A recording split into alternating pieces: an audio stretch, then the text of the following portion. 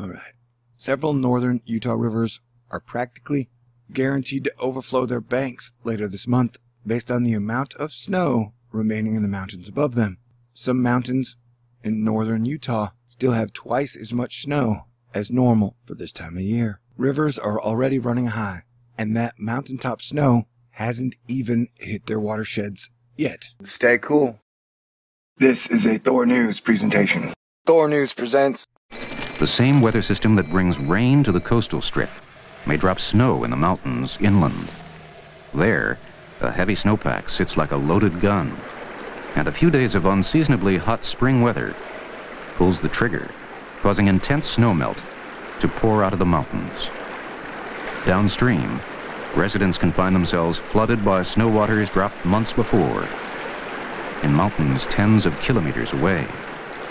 Block by block, Salt Lake City has been built in the path of snowmelt runoff from the surrounding mountains. Following its downhill course, the water reclaims its natural paths and flows over old creek beds that are now asphalt-covered streets. Hello, ladies and gentlemen. I just stumbled over this at about 4:20 a.m. May 7, 2017, after doing research on Oroville inflow, outflow levels. As we can see there, the dams are upticking. I think that's Shasta. Trinity doesn't give us basic information for some reason. Oroville, and then Trinity doesn't have inflow, outflow. But as you can see, it looks like they're about a day away from being back up to 97% capacity. Anyway, let's get back to the main article. I was just saying that's how I stumbled over it. Unfortunately, at 4 a.m., I was looking at this crap, which may or may not have been smart. Alright, ample snowpack has Utah rivers set to flood by Emma Penrod, Salt Lake Tribune. It was published yesterday. Although I'm not surprised, it did catch me off guard a little, because if you think about it, the Mississippi is set to flood for the rest of May as all the streams and creeks spill out into the Mississippi.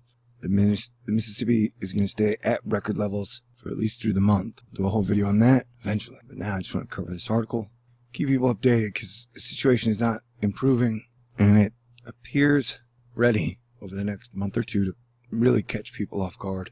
I mean, wouldn't it be a hell of a thing if the Mississippi River were super bursting and flooding, and then California rivers were super bursting and flooding, and Utah rivers were super bursting and flooding? And I doubt those would be the only ones. Anyway, alright.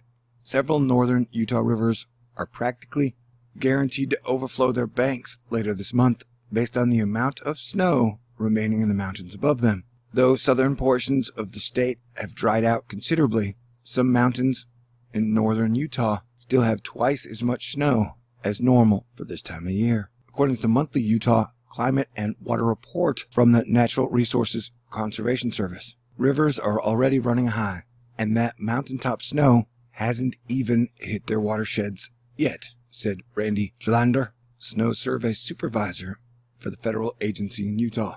The rodeo started, Jelander said, but the bull riding is going to happen here in 2 or 3 weeks. Alright, and in worst case scenarios, it's always best to take their estimate and cut it in half. So, a week and a half, let's say 10 days.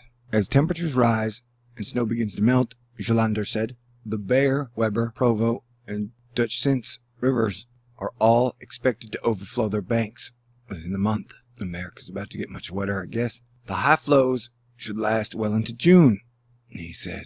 Freeform, overflow hidden. That's weird. Overflow hidden. Okay, I know that's just coding terms, but river-related flooding is going to be different than residents in Box Elder and Cache counties saw earlier this year. Those floods, Jelander said, occurred because rain and snow continued to fall on already saturated soils. Grounds have since dried out, he said. So an encore of that problem is unlikely this late in the season. It's also unlikely that Salt Lake City will have water running down downtown streets in a reprise of record flooding in 1983. That was a result of inadequate storm drainage and other infrastructure that failed during the runoff season, he said.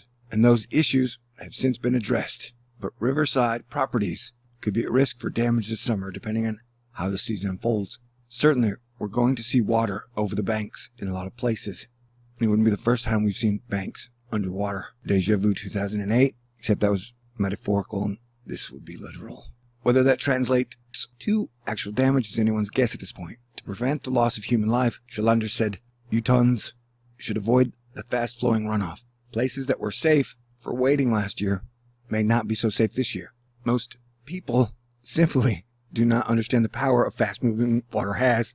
It's very powerful. I think 2 feet can sweep a car off its feet. Feet being tires. You walk in up to your knees and you can be knocked off your feet. And once you get sucked under the water, there's very, very little chance that you'll be able to get out. At least one Utahn has already drowned so far this year. But on the positive side, Shalander, this year is going to be good for storing water for drier years to come. It's going to be a fantastic water year, he said. We will bank a lot of water and we will have some breathing room for a while. He used the word bank too many times. Don't know in comments. Why can't we capture more of that excess runoff for the dry season? Slow the flow, or maybe let it soak into the ground. Alright, y'all, so this damn flooding situation, lakes, rivers, is not getting any better. And I don't know how to do a better job of trying to inform and alert people. Because, you know, the media and the government, either they don't know, they don't show, or they don't care about what's going on in the hood. That makes me very sad. These are strange days indeed, my friends. Anyway, it's always darkest before the dawn, and I guess it's really wet too. So, God bless everyone. Remember, the only way we're going to get out of this is if we do it together as one American family, and then as one Earth family. Take it or leave it. All I can offer you is the choice. Peace out. Talk to you soon.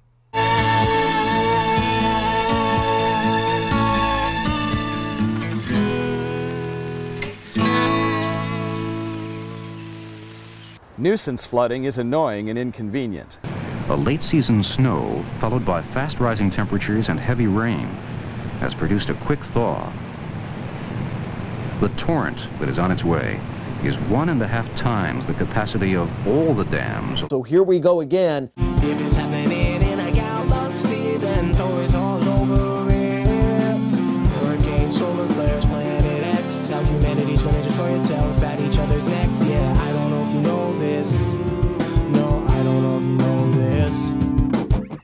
Oh no, today's always baby. Oh no, today's the one baby. Oh no, today's always baby. Oh no, today's the one baby. Start off with next week with a new storm coming into the Plain States. This is a weird weather pattern we're in.